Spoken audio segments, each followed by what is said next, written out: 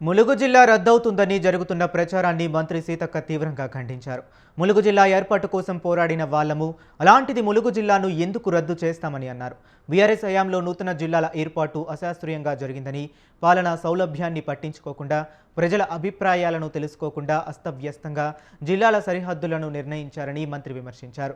ఒక మండలం మొత్తం ఒకే జిల్లాలో ఉండాలన్నది ప్రజల కోరిక అన్నారు. ములుగు జిల్లాలో ఒక మండలం ఉంటుంది, అందులోని 5 గ్రామాల పక్కన భూపాలపల్లి జిల్లాలో ఉంటాయని చెప్పారు. అలాంటప్పుడు ప్రజలకు పాలన ఫలాలు ఎలా అందుతాయని సీతక్క నిలదీశారు.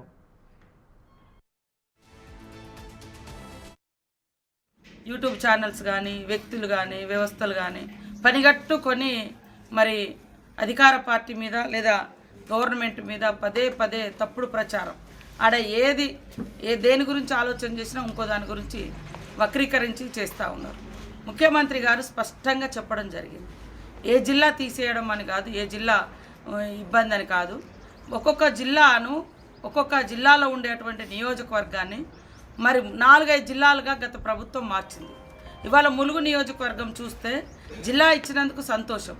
అనేక పోరాటాలు, మొదటి దశలోనే రావాల్సిన జిల్లా లాస్ట్లో ఇచ్చారు. అది కూడా చాలా పోరాటాలు చేయడం జరిగింది. చాలామంది వ్యక్తులు, చాలామంది అభిమానులు, సంఘాలు, జేఏసీలు ఏర్పడి మరి ఇవన్నీ కూడా చేయడం జరిగింది. ఈ క్రమంలో స్వర్గీయ నెల్లెల కుమారన్న గారు కూడా ఈ యొక్క జిల్లా పోరాటంలో అగ్రభాగాన నిలవడం జరిగింది. మరి అందరి పోరాట ఫలితంగా ఆనాడు గవర్నమెంట్ జిల్లాను ప్రకటించింది. అయితే ఈ యొక్క ములుగు నియోజకవర్గం చూసినప్పుడు మరి ములుగు నియోజకవర్గం 3 జిల్లాలలో ఉండేది.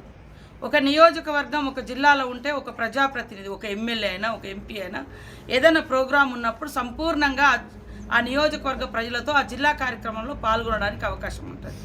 ఉదాహరణకు చూస్తే ములుగు జిల్లాలో మరి 9 మండలాలు తోటి ములుగు జిల్లా ఏర్పడ్డది. ఇందులో 2 ములుగు నియోజకవర్గానికి సంబంధించినటువంటి పాకాల్, కొత్తగూడ, గంగారం మండలాలు పోయి మహబూబాద్లో కలిసినాయి.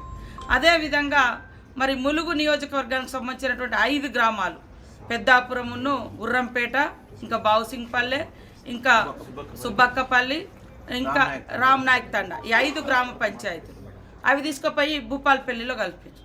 భూపాలపల్లి ప్రజలకు చూస్తే ఎమ్మెల్యేకేమో నాకు ఓటేస్తున్నారు, ఎంపీకేమో మహబూబాద్కి ఇస్తున్నారు, ఎంపీటీసీకి జెడ్పీటీసీలకేమో భూపాలపల్లి మండలానికి ఇస్తున్నారు.